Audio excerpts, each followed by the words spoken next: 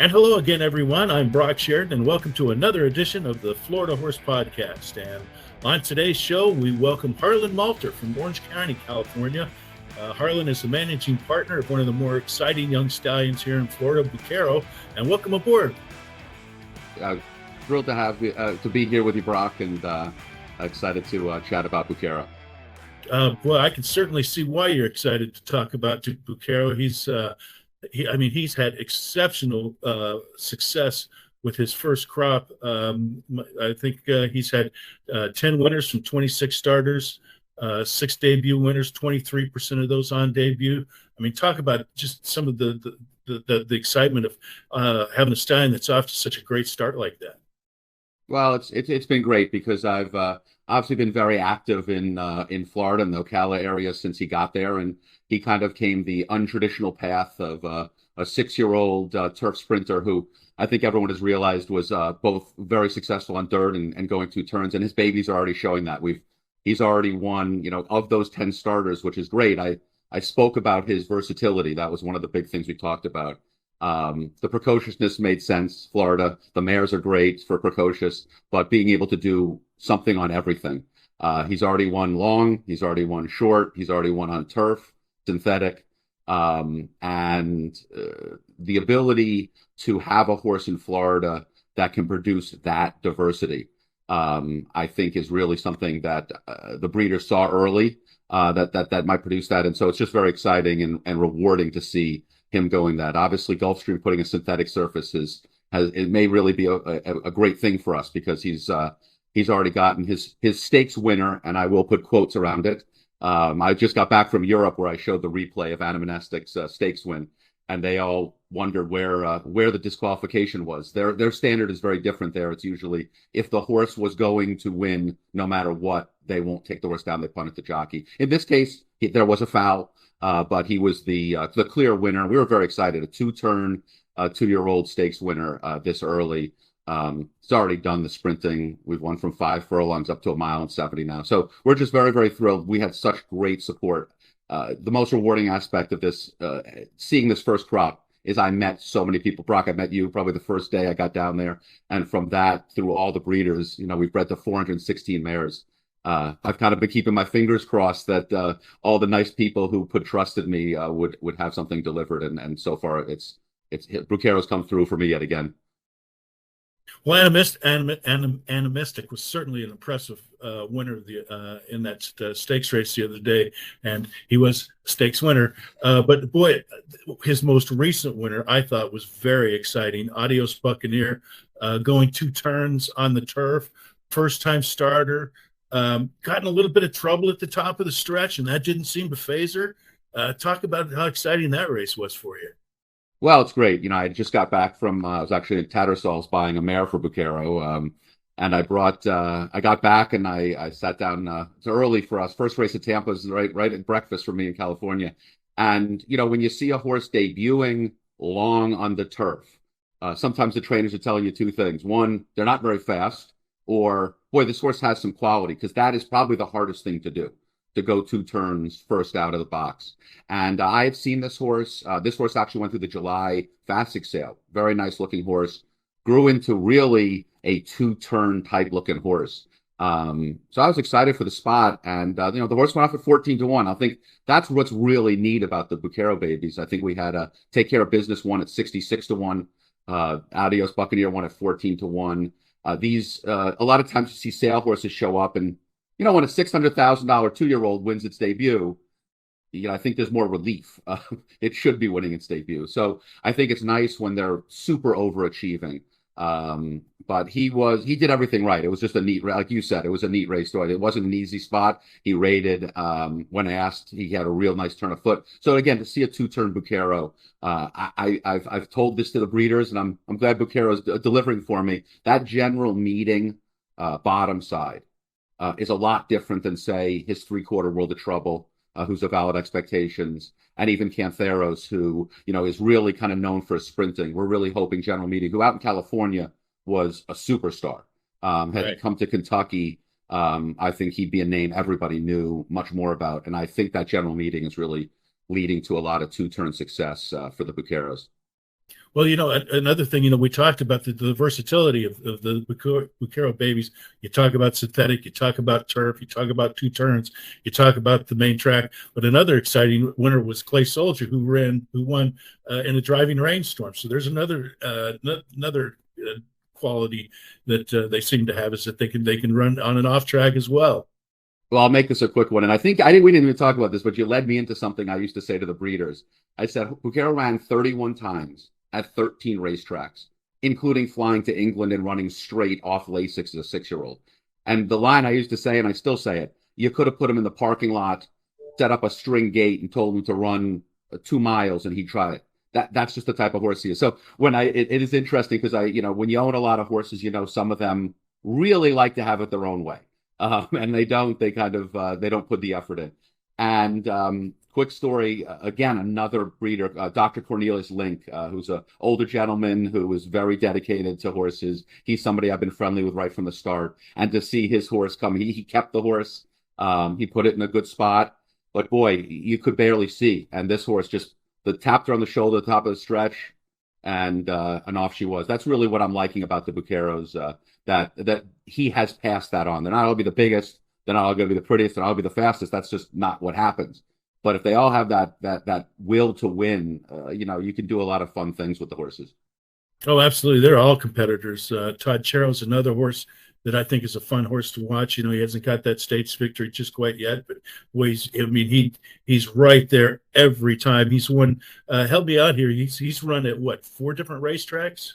Yeah, I think he's run 4 different racetracks, possibly 5 now. He ran at Fairground, ran a very quality third in an A, other than to a very nice Brad Cox horse and a Brett Calhoun horse over the weekend. 3 times stakes placed, ran second at Tyler's Tribe, who ran in the Breeders' Cup, who was a very promising juvenile, who I think is coming back this weekend at Oaklawn. Again, put him on the van. I talked to the owner, Mark Norman, great guy. It's just so exciting to be able to, the owners, I stay in touch with almost everybody that I can. And I talk to Mark all the time, and they travel. They were at Fairgrounds, they were at Remington. And, again, what's horse ownership? If you know you can put a horse in the gate and they are going to try for you, as a horse owner, that's all they may not be a stakes horse, but they're going to give the effort. And like I said, that's what gave me confidence on standing Bucchero and promising something to breeders, that I was there with this horse. This horse didn't care where it was or when it was. He was going to try. And that's really an intangible that you can't pick up at sales. Well, now talk about, you briefly mentioned that you're at Tattesalls. Did you pick up anything while you're over there? We did. We sent over. I've stayed in touch with a lot of people. COVID hit post Bucchero running in the King Stand at Ascot. I've been over multiple times. I've gone to Ascot. I tremendously enjoy it. I think European racing is a ton of fun. And believe it or not, Cantheros is a known entity over there. I see some of them at the Breeze Up sale. So that's really been where I've been leading to, is I'd like to get a Bucchero over there. And I thought the best case would be to have European bloodlines to Bucchero. And then maybe take that baby over and put it through a Breeze Up sale, or try to get to Ascot the old-fashioned way. So we ended up actually purchasing a mare. We were either going to buy one immediately to breed, or hopefully to race a little bit. So we actually ended up buying a filly through my racing syndicate. So there's actually shares available, which is exciting for people. We're going to campaign her. She was actually bred and owned by the Queen. And in fact, her last race, she lost by a dirty nose. It was the day the Queen died, and I actually met the trainer at Tattersall's, and he said he was desperate for her to win. It would have been the last winner for the Queen. And I have the video on the website, and she hadn't won every step and just got nipped. I'm concerned. I wonder about the jockey on the horse that beat the Queen's horse on the day of her death. If anyone chatted with him about how that all went down, but it's very exciting. So we're going to campaign her. She's going to Mark Casse. She'll actually be in Ocala. She gets on a plane on the 18th. She'll be in Ocala before Christmas, and I'm hoping to run her at Gulfstream, and then in her future will be a date with Bucchero. Now, did you mention that there are shares available in her, and if yes, there are, so get involved with yeah, absolutely. So while managing Bucchero, I also have a racing syndicate called Iron Horse Racing Stable. The website, and that'll be where the information is ihracing.com. Pretty easy, ihracing.com. And we syndicate ours. We have about 20 horses in our stable. We've had a chunk of success, and we enjoy bringing people into the game and letting them have smaller shares of horses. I also noticed that you're offering an early bird incentive program for Bucchero this year for breeders. I mean, he's bred 400 mares, so we already know that he's quite popular. But talk about that early bird incentive program that you guys are offering. Absolutely, absolutely. So until December 31st, we're going to offer $1,000 off his stud fee, which is again continues to be 5,000, which we believe is a real value both in Florida and within nationally for what he's producing. After December 31st, he is going to have a very large chunk of runners between now and probably January.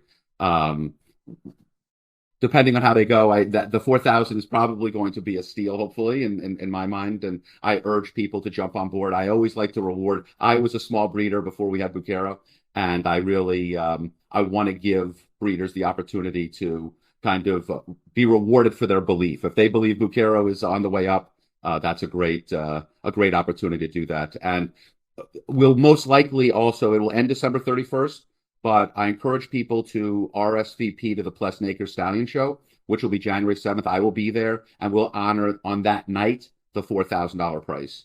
It will Oh, end that's December exciting. 31st. So, yeah, so call in before December 31st and book your mare. But if you do come on January 7th, hopefully we'll have some more winners to talk about, and I'll honor the 4,000.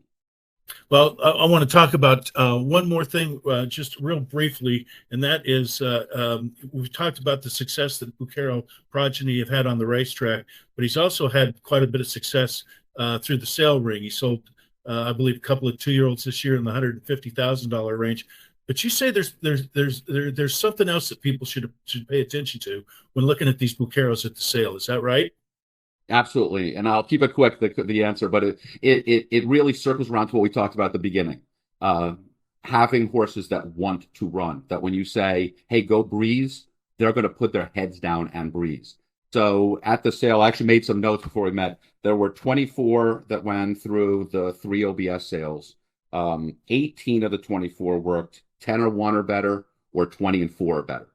18 of the 24, and at the end of the day, do I say because they all look like secretary? Absolutely not. Were they all perfect? Absolutely not. I basically account for someone taps them on the shoulder and they know what they want to do. They're willing to do that. And what's great about that from the sales to today, we're seeing those race results. When you win at a 23% rate in a 26-horse sampling first out, they want to win. And that's what I hope for all of our breeders and all of our owners and all the people that buy at sales. Is just to get horses that'll get you to the track and win races for you.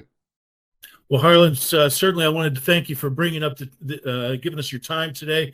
I hope that we have the opportunity to talk to you again in the future, and I'm sure we'll have plenty to talk about with this sire because he is really one of the more exciting stallions here in the state of Florida. I mean, Florida breeders, anybody that doesn't take a serious look at Bucchero is really missing the boat. Before I go, I want to remind all of our viewers that you can read more about Bucchero and all of the Florida bred stars in Wire to Wire, and to sign up to receive Wire to Wire for free. It's our daily Thoroughbred Digest, and to receive that for free, you can go to wiretowire.net and click on subscribe, and you can sign up to get Wire to Wire. Harlan, I want to thank you again for joining us today. Continued success, and I guess we'll probably see you in the sales ring and everywhere else, probably at the Stallion Show at Pleasant Acres. That's January 7th. RSVP at Pleasant Acres. Yes, absolutely. Well, thank you very much, Harlan. I appreciate the time and continued success. Great. Thanks for having me, Brock. All right. So long, everyone.